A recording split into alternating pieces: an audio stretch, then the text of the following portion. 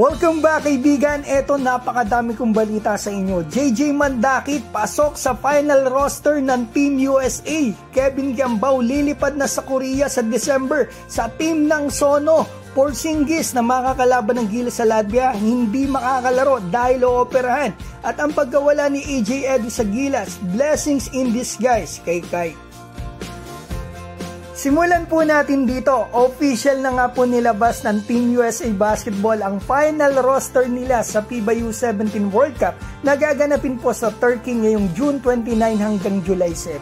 Akalain mo kaibigan kahit puro top prospect at anak ng mga NBA players yung kasama ni JJ, sa unang naimbitahan na 35 players, kaibigan, si JJ po ay isa sa mga pumasok sa final roster. So itong mga kaibigan, grabe yun kasi kung titignan mo yung mga lumaglag, Bryce James, anak ni LeBron, Kian Anthony, anak ni Carmelo, Elijah Arenas, anak ni Gilbert Arenas, third overall pick po yan sa NBA mock draft, tanggal din. So ito yung final 12 ng Team USA.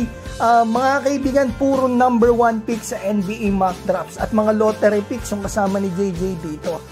Yes, pasok po si JJ sa mga top 60 class of 2025 ranking sa ESPN, 24/7 Sports at iba pang mga website. Pero dito sa NBA mock drafts ay malayo po si JJ, especially dito sa NBA Draft Pro. Pero big boost sa draft stock po ni JJ ang pagkapili sa kanya dito sa Team USA U17.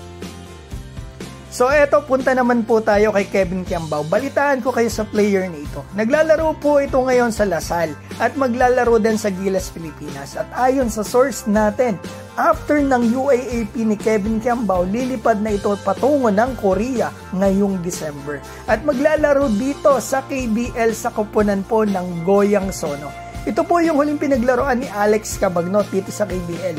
Parang yun nangyari mga kaibigan kay Dave Ildefonso at Miguel Auxon. After ng season nila sa UAAP at NCAA, lumipad na sila sa Korea. Ngayon, punta na tayo dito sa Gilas, Pilipinas. Di ba makakalaban po natin next month yung Latvia sa OQT? Yung NBA player po nila na si Porzingis, may mga balita na lumabas ngayon na ooperahan pala ito sa kanyang mga injuries. Dahil sa injury na natamo niya dito, especially sa NBA Finals, sa kanya na mismo ito nagmula at inilabas na rin po ito ng ilang sikat na sports website sa Amerika. So lalong lumaki po ang tsansa na hindi ito makakalaro sa laban nila sa Gilas kasi mahigit isang linggo na lang ito. Patas lang kasi mga kaibigan, may injury din tayo. Ito nga si AJ Edu na mga kaibigan hindi na talaga makakalaro. Ito sana yung plano ni Coach Team na dedepensa dito kay Porzingis o mga NBA players like Bitadze. At nakakalungkot man na hindi makakalaro si AJ pero possible. Blessings in disguise ito para kay Kai. Kasi mga kaibigan, sigurado mag-a-adjust si Coach Tim Cone dito sa lineup natin. Ito ang projections ko sa starting lineup natin mga kaibigan. Sino yung tatao dito? Scottie Thompson, Ramos, Brownlee, Junmar, and Soto sa laban nila sa Georgia. Ang sentro ng Georgia mga kaibigan ay si Goga Bitadze. 6'11 yung listed height, 7 foot na yan kapag naka-shoes.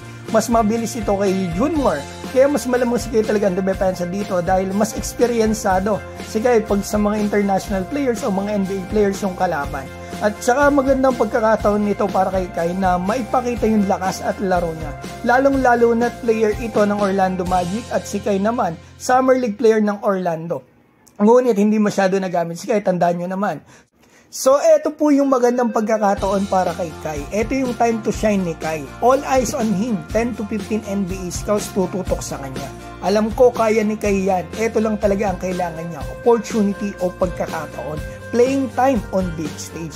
Kilala ko si Kai mga kaibigan, fighter yan, hindi po yan nasisindak. Kahit pa NBA players yung kaharap niya, mas lalo pa nga siyang gumagaling. Kita niyo naman sa laban sa Phoenix Suns, dinepensahan pa niya si Ayton. Pati yung nakakalaban ni Kai, si Xavier Cook sa Japan, kita niyo back to back, grabe yung nilaro ni Kai.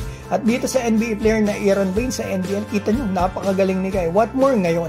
Mas pinalakas si Kai ng P21 at ng tatay niya na skills coach, Sir Ervin Soto. Mas malakas na si Kai at mas handa, kaya sobrang excited ako dito sa laban ni Kai sa OQT. Iilang araw na yan kaibigan, July 3 and 4. Kai, let's go!